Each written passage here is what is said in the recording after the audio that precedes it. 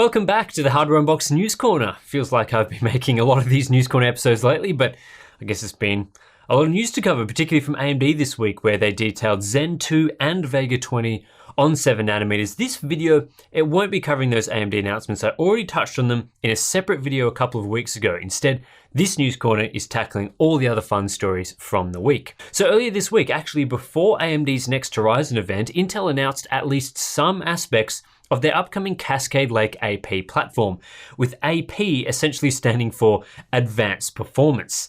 This lineup will sit alongside the already announced Cascade-SP, and it will offer a few interesting new features. At this point in the launch cycle, Intel isn't giving a lot of details on Cascade-AP. The CPU line is still scheduled for 2019.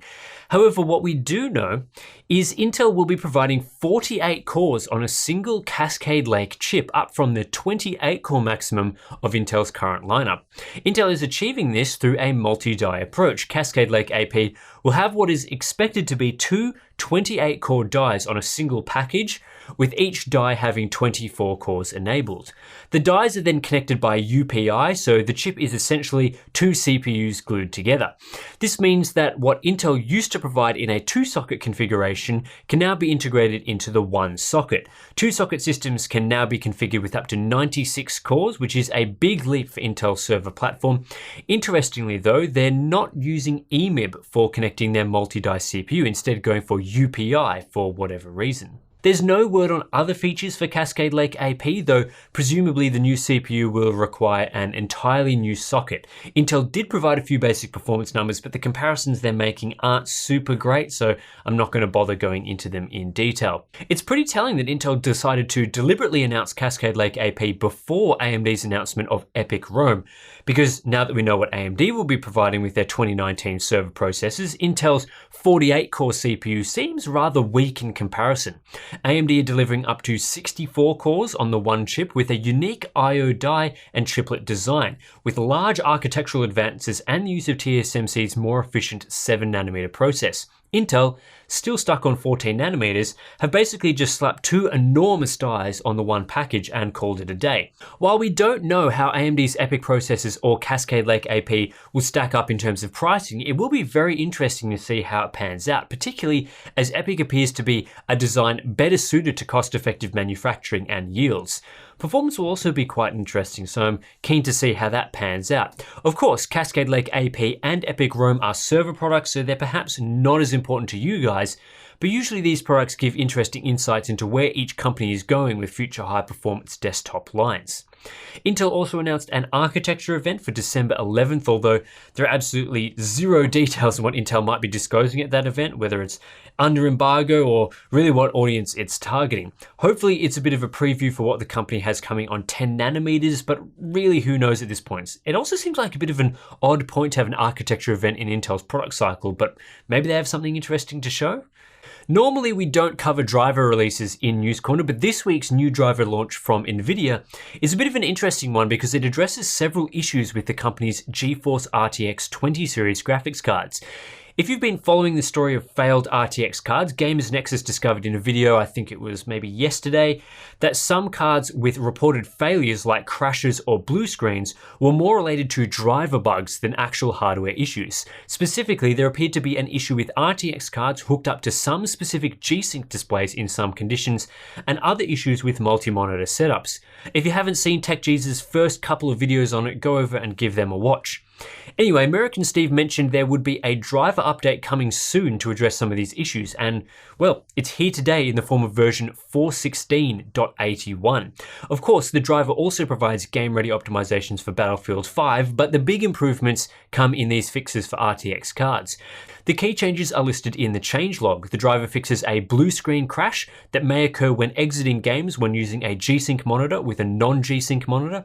It also fixed very high idle power draw for multi-monitor setups. Stuttering when playing back HEVC videos has been addressed, and there's a collection of game fixes and optimizations, including for Shadow of the Tomb Raider, which was one of the problematic titles on RTX cards. Seems like a very important driver update for RTX owners, so get on it if you do happen to own one of those cards. Oh, and AMD also has new drivers for Battlefield 5, in case anyone was wondering.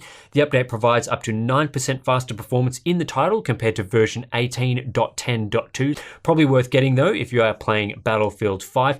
And just on Battlefield 5, isn't it a little bit ridiculous how this launch is playing out? Those with an Origin Premier subscription can play the game now, but those who pre-order the game's deluxe version with early access have to wait until November 15th to play, and then finally we get the full launch on November 20th.